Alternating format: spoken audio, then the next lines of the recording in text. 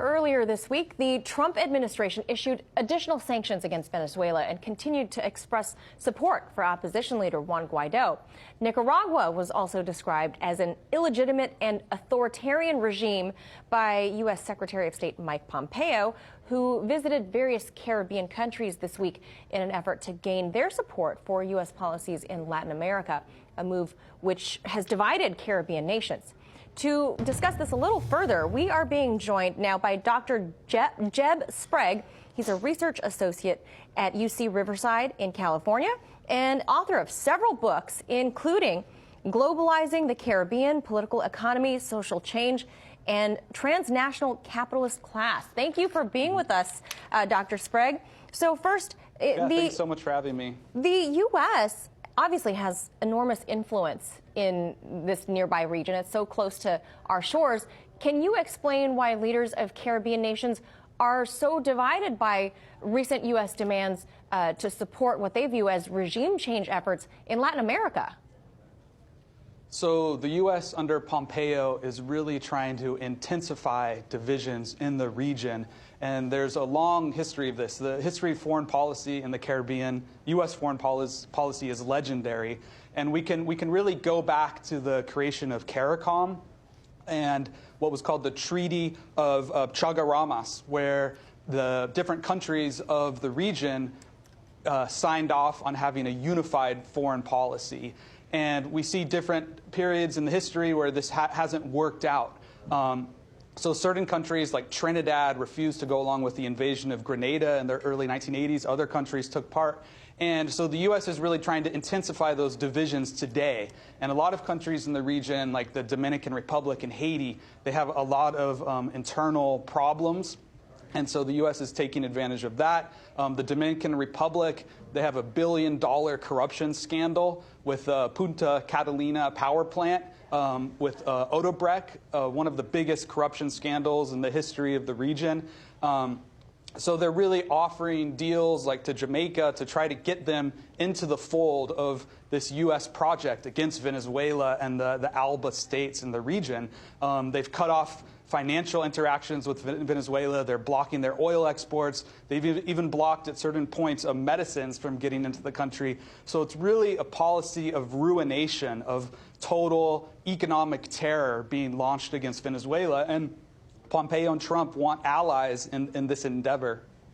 And, you know, and you just pointed this out, given how much economic influence that the U.S. has on the Caribbean area, are you at all surprised that Trinidad, Barbados, and even little tiny Grenada, they are now refusing to support U.S. policies in Latin America? I mean, even the Prime Minister of Barbados, who is the head of CARICOM, refused to attend Pompeo's meeting in Jamaica. I mean, what do you make of this? So PM Motley of Barbados and PM Rowley of Trinidad, they've sided with Ralph Gonsalves, the Prime Minister of St. Vincent and the Grenadines, with the Prime Minister of Guyana, with a number of other smaller countries like Barbuda and Dominica, in not going to this meeting in Jamaica that Pompeo is having with these other countries that the U.S. has really worked into bringing into its project. And so it's a brave stance by these prime ministers, but it's also one, it fits into the history of struggle in the Caribbean and of leaders there and populations knowing the legacy of colonialism, of U.S. intervention, of militarism, and going along with international law and really promoting the region as a zone of peace. So they are not going along with that U.S. project.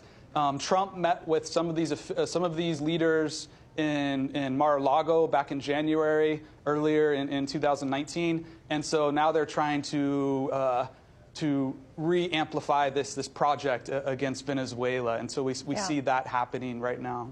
And real quickly, while I still have you here, Haiti is obviously another Caribbean country we just simply don't hear enough about. They have a corrupt U.S.-backed dictator. Protests there have been met with extreme violence and repression. You've written a book about Haiti as well. We know that there's extreme poverty and horrible devastation across the island of Haiti. What's the current situation there? Can you give us an update? So President Jovenel Moïse, the president in Haiti, he's really suffering what we would call a crisis of legitimacy. When he came into office, he had one of the, I believe, the lowest, or not one of the lowest turnouts in any presidential election in the region and even worldwide.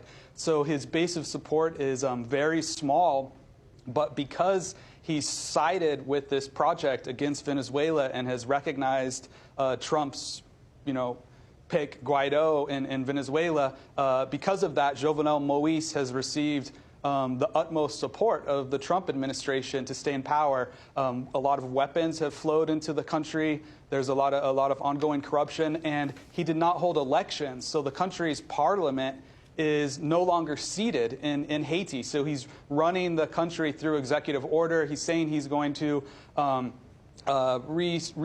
redo the country's constitution on his own, and he's blaming that for the country's problems. But it's really, for anyone that knows the history of Haiti, from going to the coup in 2004 to the U.S. support for dictatorship in the early 1990s, back to the Duvalier dynasty, and how the OAS in the U.S. went in 2011 to manipulate the election so that the country could have Michel Martelly and neo-Duvaliers in power. Anyone that knows that history knows the biggest problem Haiti has is the influence of the United States, is the role of foreign intervention in blocking the country's development from happening. Yeah, certainly a lot more happening in the Caribbean than what people think. They think beaches and vacation, but there's a lot of turmoil happening. Dr. Jeb Sprague, thank you so much for sharing your expertise with us. Hope to see you back. Thanks so much. I appreciate it.